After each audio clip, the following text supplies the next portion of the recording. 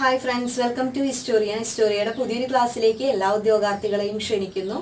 ഇന്നത്തെ നമ്മുടെ ക്ലാസ്സിൽ നമ്മൾ ഒരു ക്വസ്റ്റ്യനും ഓപ്ഷൻ ഉണ്ടായിരിക്കും. അതിന് ശരിയായ ആൻസർ ഏതാണോ അതുമായി ബന്ധപ്പെട്ടിട്ടുള്ള കാര്യങ്ങളെല്ലാം നമ്മൾ ഇന്നത്തെ ക്ലാസ്സിൽ വിശദീകരിക്കുന്നു.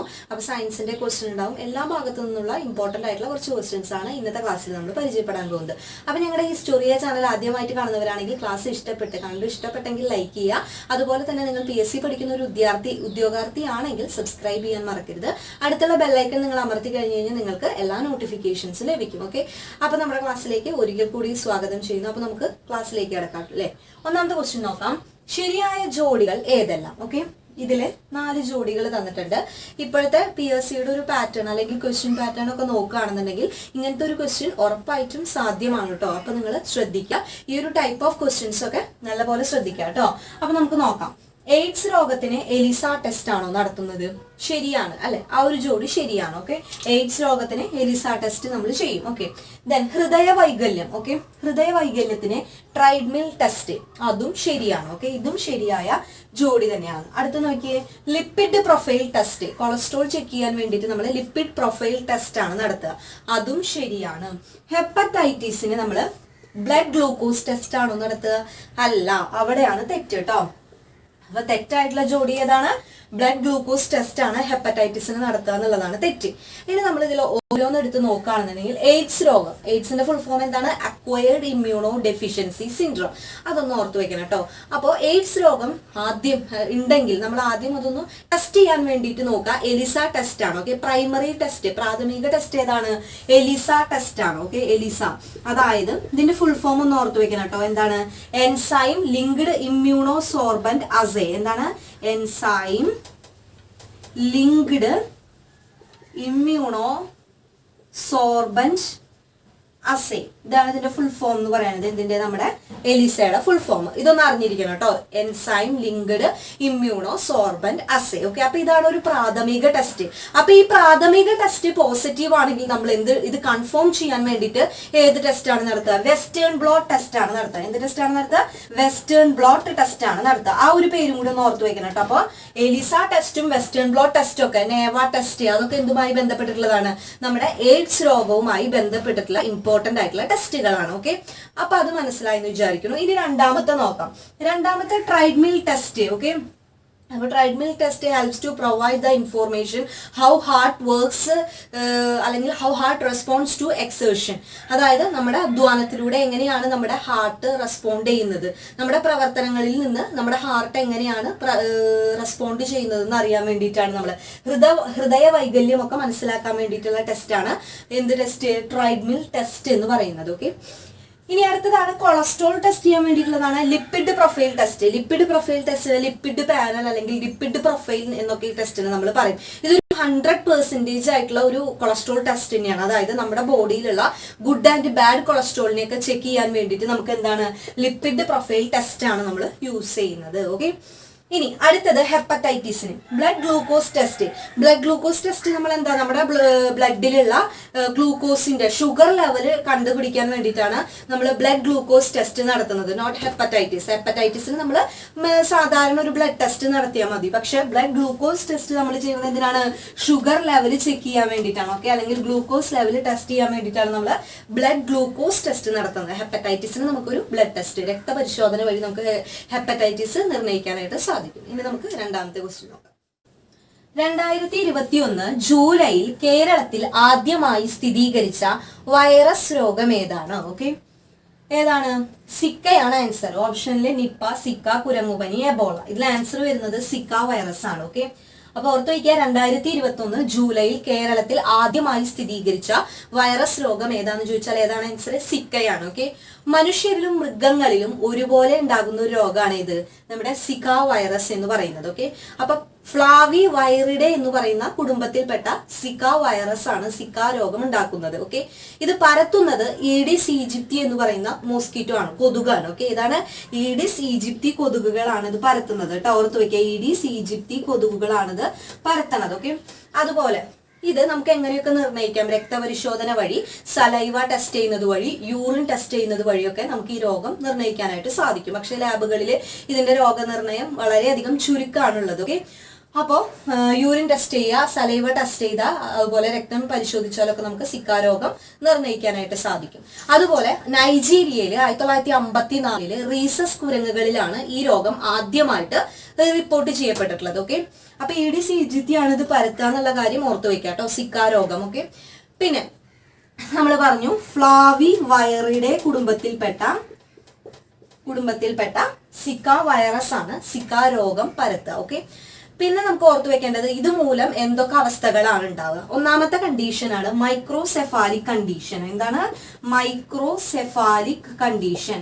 രണ്ടാമത്തെ അവസ്ഥയാണ് എന്ത്? ഗില്യൻ ബാരി സിൻഡ്രോം. എന്താണ് ഗില്യൻ ബാരി സിൻഡ്രോം? ഈ രണ്ടവസ്ഥകളാണ് ഇതുമൂലം ഉണ്ടാവുക. എന്താണ് മൈക്രോസെഫാലിക് കണ്ടീഷൻ എന്ന് പറയുന്നത്? ഇപ്പൊ ഗർഭിണിയായിട്ടുള്ള ഒരു അമ്മ, ആ അമ്മയ്ക്ക് സിക്ക രോഗം വരുന്നത് വഴി അത് കുഞ്ഞിലേക്ക് പകർന്നിട്ട് എന്താണ് പ്രസവിക്കുമ്പോൾ തലയോട്ടി ചെറുതാകുന്ന അവസ്ഥ കുഞ്ഞിന്റെ, അതാണ് എന്ത് മൈക്രോസെഫാലിക് കണ്ടീഷൻ എന്ന് പറയുന്നത്. അപ്പൊ സിക്ക രോഗം മൂലം ഉണ്ടാകുന്നതാണ് മൈക്രോസെഫാലിക് കണ്ടീഷൻ. രണ്ടാമത്തെ കണ്ടീഷനാണ് ഗില്ലൻ ബാരി സിൻഡ്രോം. മനുഷ്യരിലെ നാഡികളെ, മുതിർന്നവരിലെ നാഡികളെ ബാധിക്കുന്ന ഒരു അസുഖമാണ് എന്ത് ഗില്ലൻ ബാരി സിൻഡ്രോം എന്ന് പറയുന്നത്. അതും സിക്ക രോഗം മൂലം ഉണ്ടാകുന്നതാണ്. അപ്പൊ അതിന്റെ ഒരു പ്രതിരോധം എന്ന നിലയ്ക്ക് എന്താണ് കൊതുക് നിർമ്മാർജ്ജനമാണ് ഏക മാർഗം എന്ന് പറയുന്നത്. കാരണം ഇത് പരത്തുന്നത് ആരാണ്? ഈഡിസ് ഈജിപ്തി കൊതുകുകളല്ലേ. അപ്പോ നമുക്ക് എന്താണ് കൊതുക് നിർമ്മാർജ്ജനം വഴി ഈ രോഗം കുറയ്ക്കാനായിട്ട് സാധിക്കും. ഓക്കെ, ഇനി നമുക്ക് അടുത്ത ക്വസ്റ്റ്യൻ നോക്കാം. 2021 ജൂലൈയിൽ അഫ്ഗാനിസ്ഥാനിലെ കാണ്ഡഹാറിൽ കൊല്ലപ്പെട്ട ഇന്ത്യൻ മാധ്യമ പ്രവർത്തകനാരെ? Option A Adnan Abidi, option B Sameer Banerjee, option D Danish Siddiqui, option D Aniruddh Dube.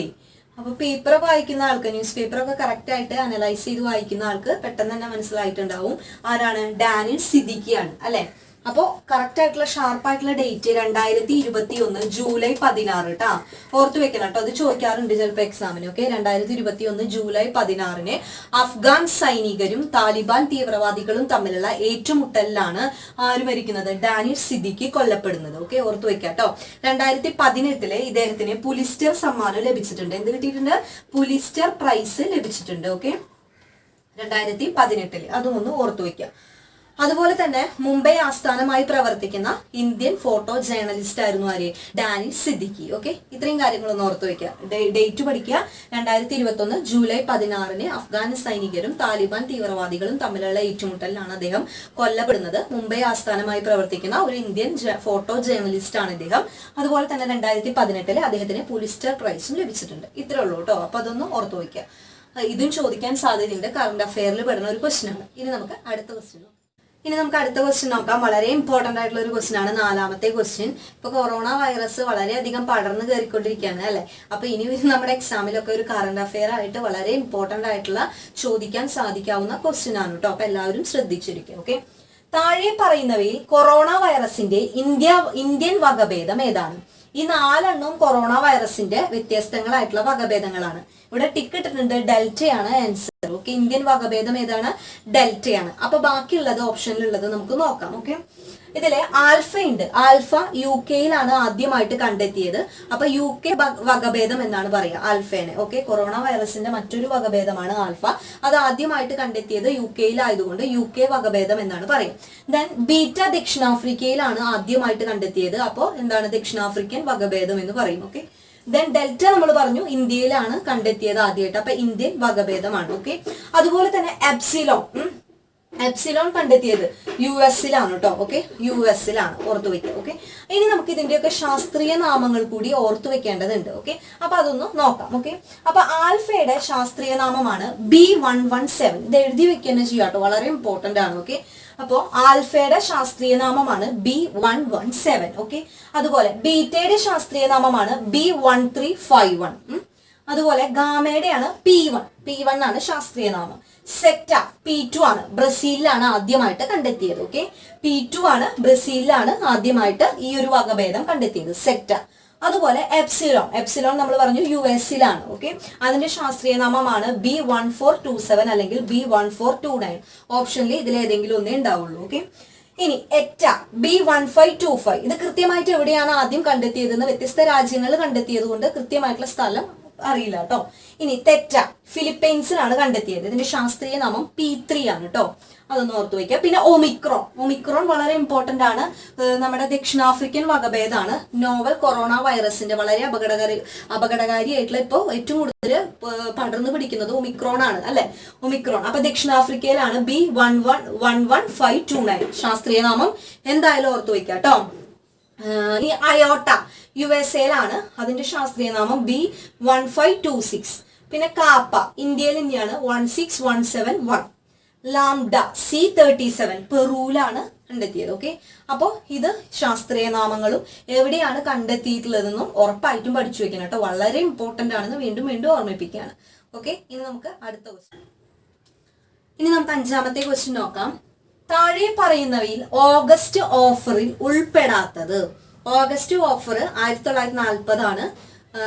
Viceroy ലിൻലിത്കോ ആണ് ഓഗസ്റ്റ് ഓഫർ കൊടുത്തത്. ഓക്കെ, അപ്പൊ നമുക്ക് നോക്കാം അതിൽ ഉൾപ്പെടാത്തത് ഏത് എന്നാണ് ചോദിച്ചിട്ടുള്ളത്. ഓക്കെ, ഓപ്ഷൻ എ ഇന്ത്യൻ പ്രതിനിധികളെ ഉൾപ്പെടുത്തി വൈസ്രോയിയുടെ എക്സിക്യൂട്ടീവ് കൗൺസിൽ വിപുലീകരിക്കും. ശരിയാണ് അല്ലെ, ഓഗസ്റ്റ് ഓഫറിൽ ഉൾപ്പെടുന്നതാണിത്. അവർ പറഞ്ഞേക്കണം ഒന്നാമത്തെ കണ്ടീഷനാണ് എന്ത്, ഇന്ത്യൻ പ്രതിനിധികളെ ഉൾപ്പെടുത്തി വൈസ്രോയിയുടെ എക്സിക്യൂട്ടീവ് കൗൺസിൽ കൂടുതൽ എക്സ്പാൻഡ് ചെയ്യും. ഓക്കെ, രണ്ടാമത്തെ ബ്രിട്ടീഷുകാരെയും ഇന്ത്യക്കാരെയും ഉൾപ്പെടുത്തി യുദ്ധകാര്യ ഉപദേശക സമിതി രൂപീകരിക്കും. ഇതും അവർ കൊടുത്തൊരു ഓഫറാണ്. ഓക്കെ, എന്താണ്, യുദ്ധകാര്യ ഉപദേശക സമിതി രൂപീകരിക്കും. മൂന്നാമത്തെ ഇന്ത്യക്ക് പുത്രികാ രാജ്യ പദവി നൽകും. അതാണ് ഇതിൽ ഉൾപ്പെടാത്തത്. ഭാവിയിൽ ഭരണഘടന രൂപവൽക്കരിക്കാൻ സഹായിക്കും. ഇതും ഓഗസ്റ്റ് ഓഫറിൽ കൊടുത്ത ഒരു ഓഫറാണ്. ഓക്കെ, ഓർത്തു വെക്കേണ്ടത് 1940 ലോർഡ് ആരാണ്, ലിൻലിത്കോ ആണ് കേട്ടോ. ഓക്കെ, വൈസ്രോയി ലിൻലിത്കോ ആണ്. ഓക്കെ, അപ്പൊ അതൊന്ന് ഓർത്തു വയ്ക്കുക കേട്ടോ. അപ്പൊ എന്തൊക്കെയാണ് അവർ പറഞ്ഞിട്ടുണ്ടായിരുന്നത്, ഇന്ത്യൻ പ്രതിനിധികളെ ഉൾപ്പെടുത്തിക്കൊണ്ട് വൈസ്രോയിയുടെ എക്സിക്യൂട്ടീവ് കൗൺസിൽ കൂടുതൽ വിപുലീകരിക്കും. അതുപോലെ തന്നെ ബ്രിട്ടീഷുകാരെയും ഇന്ത്യക്കാരെയും ഉൾപ്പെടുത്തിക്കൊണ്ട് യുദ്ധകാര്യ ഉപദേശക സമിതി എസ്റ്റാബ്ലിഷ് ചെയ്യും. അതുപോലെ ഭാവിയിൽ ഭരണഘടന രൂപവൽക്കരിക്കാൻ സഹായിക്കും. ഇതൊക്കെയാണ് ഓഗസ്റ്റ് ഓഫർ വഴി കൊടുത്ത ലിൻലിത്കോ കൊടുത്ത ഓഫർ എന്ന് പറയുന്നത്. ഓക്കെ, അപ്പോൾ ഇതിൽ തെറ്റായിട്ടുള്ളത് ഏതാണ്, ഇന്ത്യക്ക് പുത്രികാ രാജ്യ പദവി നൽകും എന്നുള്ള ഒരു ഓഫർ ഒന്നും അവർ കൊടുത്തിട്ടില്ല. ഓക്കെ, ഇനി നമുക്ക് 5 ക്വസ്റ്റ്യൻ ആണ് ഇന്നത്തെ ക്ലാസ്സിൽ നമ്മൾ പഠിച്ചത്. അപ്പൊ എല്ലാവർക്കും ഇന്നത്തെ ക്ലാസ് ഇഷ്ടപ്പെട്ടു എന്ന് വിചാരിക്കുന്നു. അടുത്ത ക്ലാസ്സിൽ പുതിയ മോഡൽ ക്വസ്റ്റ്യൻ ആയിട്ട് നമുക്ക് വീണ്ടും വരാം. അതുവരെ എല്ലാവർക്കും